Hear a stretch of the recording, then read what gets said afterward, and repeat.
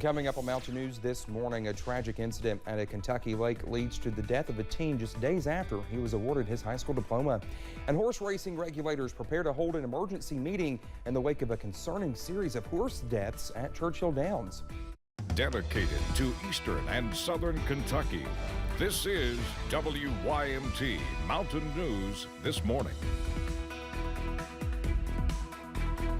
All right, 6 o'clock here on your Tuesday. I'm Dakota Makris. Hope y'all are getting back into the swing of having to go to work today, because I got to sleep in yesterday, but Brandon, not you, not too much. Actually, I did get to sleep Wait, you're right, yesterday. you did. What time did you wake up? I got up about 5 yesterday. Goodness gracious. I know. Look at you. No midnight yesterday, 5. No, but today, yeah, you had to. Midnight 10. There you go. All right.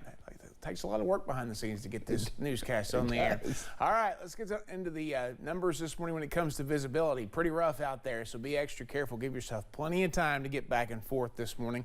The outlier that you'll notice is the London Corbin Airport. Not going to show you that camera right now, but I can tell you there's not much fog out there. But one place there is fog, especially down in the valley, Buffalo Mountain. Look at the blanket of fog there this morning across parts of the region. So just be extra careful above that fog. Sunshine mixed with clouds. A little cooler here in Hazard. 52 at the airport. 59 just up the road in Jackson. 60 Ashland, Prestonsburg, and Monticello. 61 the warm spot in Moorhead. And then again, tied for 52 there, Jonesville and in Hazard for the cool spots. Expecting us to drop to about 55 this morning.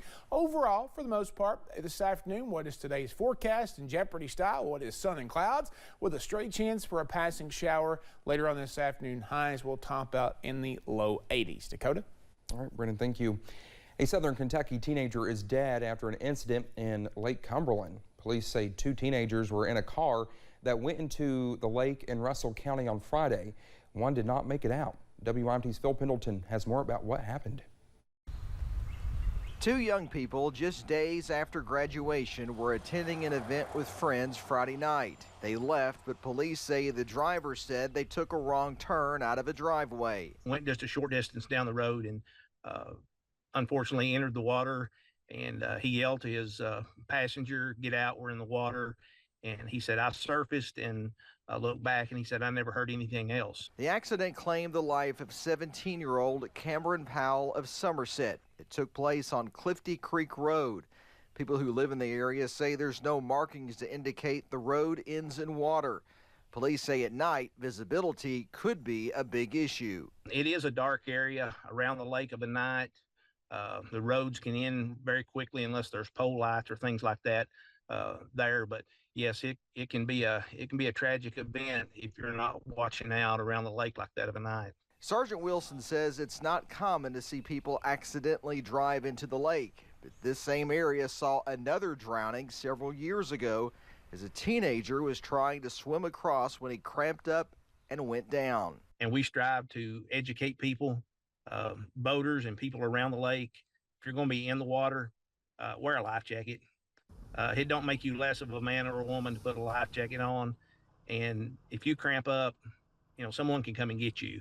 If you cramp up without a life jacket on, you've got problems. That was Phil Pendleton reporting. Police say they believe Cameron Powell's death was just a tragic accident and do not believe any charges will be filed.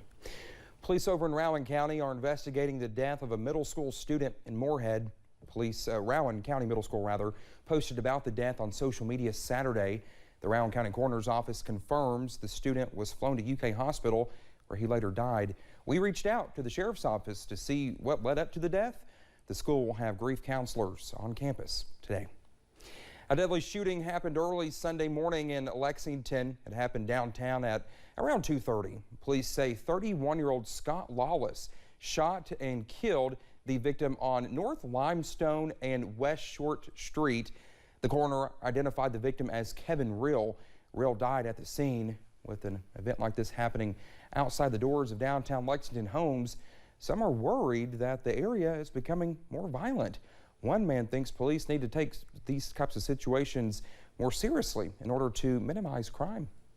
I just think it's sad that when something does happen, they either don't arrest someone or it seems like they treat it differently than they used to. Well, in just under the first 6 months of 2023, there's already been 8 gun-related homicides in Lexington. That's from the city's website. But despite those statistics, others do not believe Lexington is dangerous. They believe it all depends on where you are and who you are with. Police did arrest Lawless in connection with the death of Real. He's been charged with murder and is currently being held at the Fayette County Detention Center. He's set to appear in court today for his arraignment hearing. A southeastern Kentucky man is behind bars on a host of charges following an incident late last week.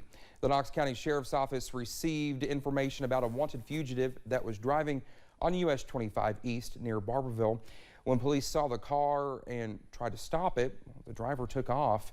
Police ended up chasing 41-year-old Sandy Rice of Barberville to the Boone Heights community, where he ended up taking off on foot. He was arrested shortly thereafter. The sheriff's office had already been looking for Rice for a previous trespassing complaint and to serve him on an indictment warrant. He was charged with several counts of wanton endangerment and several counts of assault, among others.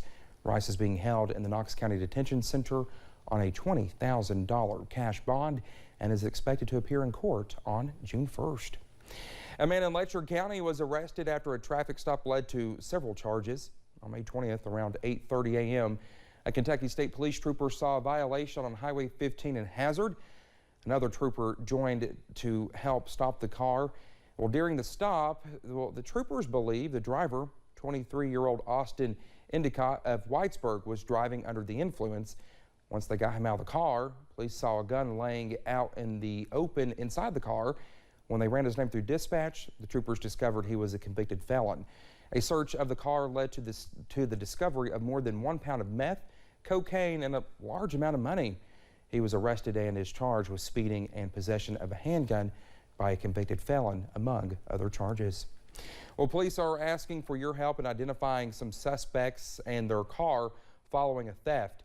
It happened just before 6 a.m. yesterday at a business off Highway 552. That's just south of London.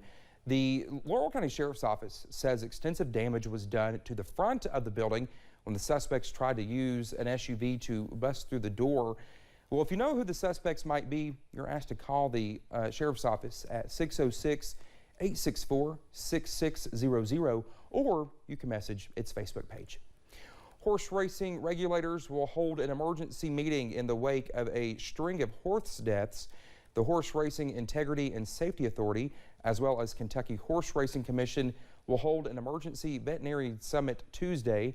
This after 12 horses were euthanized in a 1-month span at Churchill Downs Racetrack. Well, they say their goal is to better understanding the events surrounding the recent deaths. Veterinary teams are expected to review all information connected to the cases and conduct additional analysis.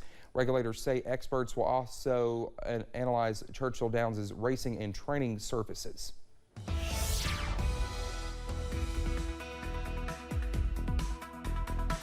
Coming up on 6:08, and we are looking at some fog down at Mount Vernon along this as well this morning along I-75. Get the words in the right order. Some of us, it's not our Monday today. Some of it's our Tuesday, Dakota, and a lot of other folks working across the region today. We're looking again at fog and a little bit of light traffic down there. Be careful as you're heading out to work this morning. A lot of folks going back to work after the long holiday weekend.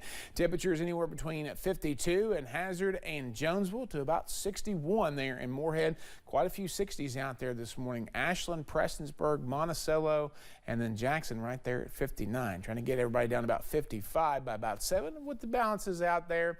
Between the low 50s and the upper 50s and low 60s, I think we'll pretty much balance out. But as we go deeper to the day, it makes some sun and clouds for a while, but chances for stray afternoon showers later on this afternoon. Maybe rumble thunder as temperatures climb about 82. Now, if you think today is going to be warm, just wait till I show you the 7-day forecast for the weekend's always in view.